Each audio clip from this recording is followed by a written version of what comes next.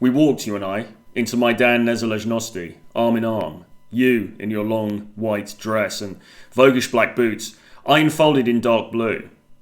It was late, and now everything was closing, but it didn't seem time to say goodnight quite yet. The hookah smoke had taken its soporific effect. I felt lightheaded and yet sharply alive, the latter being the greatest gift of life in a foreign city. Independence Square, encircled by grand, tall apartment buildings of a light hue, with Cyrillic signs atop, the low glass dome leading down to the shopping centre, housing the supermarket where, just hours before, I'd struggled to make myself understood sufficiently to buy margarine. Always the bumbling English fool abroad, and yet how friendly the Ukrainian people had been to me, how accepting of my impotent attempts to make myself understood. The water fountains.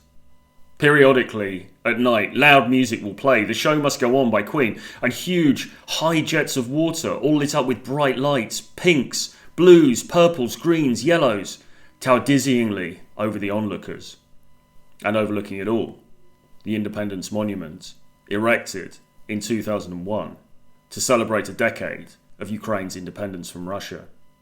It was designed by sculptor Anatoly Kush in a Baroque style, cast in white Italian marble and topped with a golden female figure called a Berehynia, who holds aloft a branch of Gelder roses, symbol of Ukraine and of new life.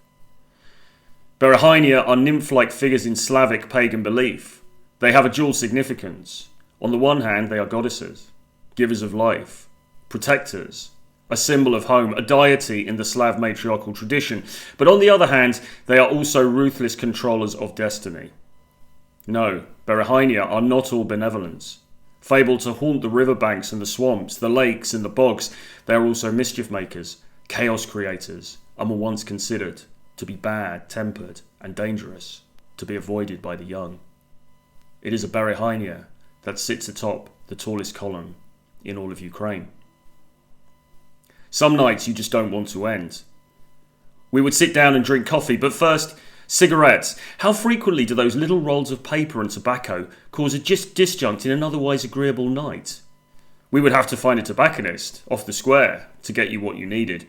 Past the late night McDonald's, still serving disconsolate looking Billie Eilish inspired teens, we found a shack of a convenience store where two grumpy women stood outside smoking themselves, and we had to wait for them to finish before you could finally buy your own packet. Fully equipped, we went to the nearest cafe, a perspex box outside the subway station, and ordered Americanos before heading across the square to a diner, which, while dimly lit, was still serving customers, a peaceful group of students discussing movies and politics.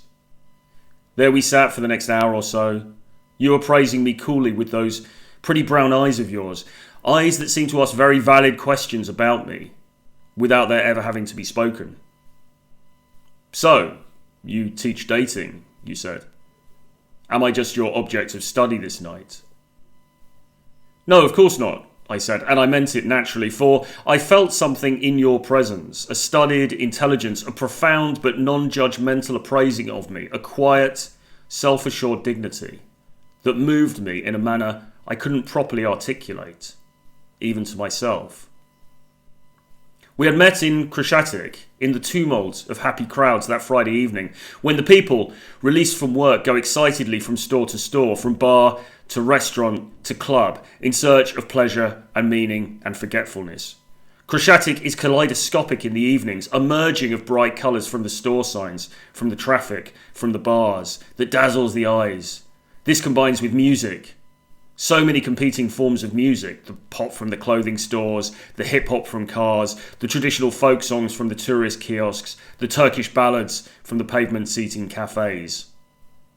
Life, all life, in its complex, massed and messy iterations.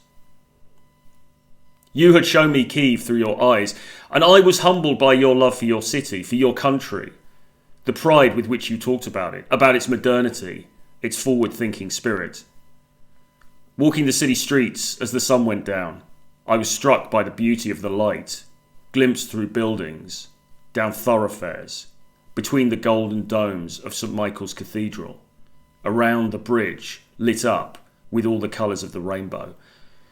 And I felt the hope, the positive energy of this city, thriving, bustling, moving forward into some bright new future imagined by the young, that reflected hope in your pretty brown eyes.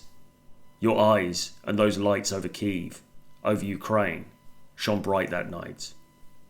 It was October 2021.